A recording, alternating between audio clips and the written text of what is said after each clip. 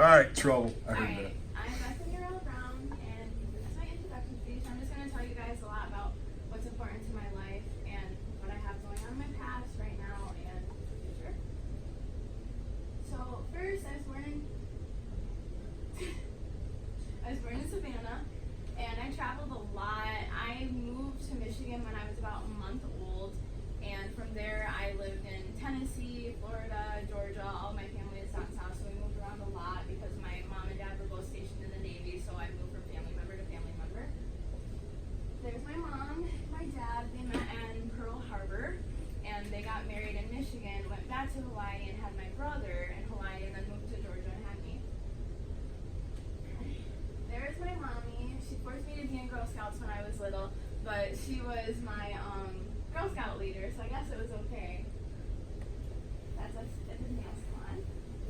She's like my best friend. We're really, really close because my dad left when I was really little, so she raised me all on her own. I don't know why I said that. She raised me all on her own, so she's really important to me. I take her out to eat all the time. I feel like that's a big thing because your parents raise you and spoil you, so you should definitely do that for them. Okay, that is my dad. I don't have many pictures with him because we don't have a good relationship, but I have visited him sometimes when I was younger. I did see him a little bit. I'm still really close with his family. They always contact me. I talk to them because they're really good people. So a lot about my childhood. I used to be really active. Now, if you ask me to run, there's no way I wouldn't do it for all the money in the world. I'm lazy. But I was in Girls on the Run. I was really agitated in that picture. I don't know. I wore reading glasses. I used to read up in front of my classes when I was little because I could change my voices a lot and so we would do like storytelling. I'd go in front of the classes and I noticed that the words would really start to get blurry for me and I didn't understand why. Just needed reading glasses. There's my mom and I again. There's me and my brother, Sean. We were really close when I was little. Now if you ask him, he is not my brother. He does not associate with me. He's doing his own thing. It's me at the zoo. I went to the zoo a lot. I've always loved animals. It's me at the daddy-daughter dance and then me with all of my girlfriends. There's my brother, Sean. You might know him, probably not. He graduated from Alma, and he works at Craple Ford in Mount Pleasant. He's doing really good. He just turned 20. That's when we were little, back when he loved me. My grandpa, he was my world. He was my best friend. His name is Max. I got my first tattoo for him when he passed away right here. For his name, so that way I could always remember him. I add on to it. I just added the flowers, and then I got another flower over here for him. But he was a cutie. He taught me a lot in my childhood because I didn't have a dad, so I was really grown to the other like men in my life. And I had an issue with my skin when I was little because I grew up in a little white town, and it was just hard for me to be accepting of myself when I looked so different from everyone else. But as he got older and he got Alzheimer's and he forgot everything, every single time he would see me, he said, "Oh my goodness, you're so beautiful. You have a great tan." And he really uplifted me and just made me feel really confident about myself. Always would tell me, he would flirt with me because, he just forgot who I was, and he just always made me feel so good about myself. He was a sweetheart. He was adorable. He always wore a cute little pink hat around. I don't know. He was really cute. That's him in the nursing home. Every single time he goes out to eat at actual restaurants with actual silverware, he puts them in his, he'll fold it up in the napkins and take them home. I don't know. He's a thief. He always he kept everything. He's a thief. Silverware, napkins. Yeah, we didn't know. Grandfather's a criminal. He loved that stuff. And then there's my grandma. She's the light of my life. She's a sweetheart. This is Optimus. This is before he's my actual world right now. This is before when I first got him. I was volunteering at the Gratiot County Animal Shelter. They are a kill shelter. He was brought in. He kept running away from his house because they were keeping him outside on cement. And when they let him inside, they trapped him in the upstairs, and he jumped off out of a second floor window. Ran away, went right back to the shelter. He took himself back to the shelter several times. The owners were on their way to get him. I said nope, and I paid for him, and I took him home. This is what he looks like now. He is a gigantic baby, 160 pounds of love. This is a mosquito bracelet because he's spoiled, and I didn't want him to get bit by any mosquitoes. Oh my God! I know, but he's spoiled. But he's a cutie. He really is everything to me. That's him. That's him with on Halloween. He helped my neighbor Woody pass out candy. He's a sweet old guy. Total He helped him pass out GQ. candy to the kids. He's beautiful. Bella is his girlfriend. I just got her a few months ago because I wanted him to have a girlfriend.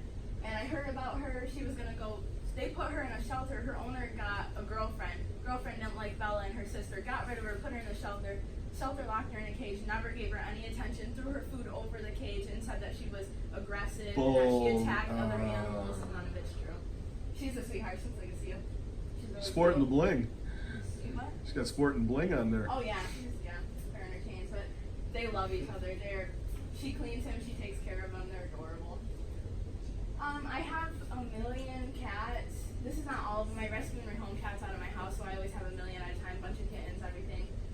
Layla is my baby, and obviously you can assume that I adopted, so of course I brought Layla in, but I'm going to tell you the story of why I have her real quick. So this baby right here, this is Lola. She was my baby. Freshman year, somebody told me my parents are going to put her down. She was just a baby. We don't want her. Parents are going to put her down, not even try to find her home. I was at school. I said, bring her to me right now. Carried that kitty around in my backpack all day, never got caught. Oh, that's awesome. I went to get Lola spayed, and the people who spayed her gave her, she was little, gave her way too much anesthesia, never came out of it. They gave her back to me, took all my money, and she had a seizure on my couch and died.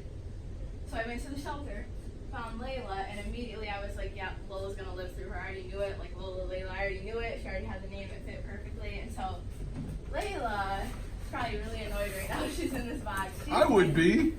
She is my baby. My sweetheart. And I let her out not too long ago, and she came back with an injury. So she's been grounded in my bedroom for days, so she's going to be really happy that she sees all of you guys, because she's not seeing a lot of humans lately. Hi, baby. So I'm just going to put her here. She's really friendly. Is anybody allergic to cats or anything like that? Or? If you are, you can leave. Yeah. So this is Rocky. This is another baby that I had at my house. She raised him because his mom totally neglected him, didn't take care of him. So she raised him as her own. Tree State, she's a rescue. I got a call out from Riverdale. They were like, we have this cat. She's starving. We don't know what to do with her. Nobody knew she was pregnant. Had her at my house for a few days, and she got huge. And then I realized that she was pregnant. She had babies. These girls, Smokey and Tiger, I've had them for my whole entire life. I also have really weird animals. I have blue crayfish.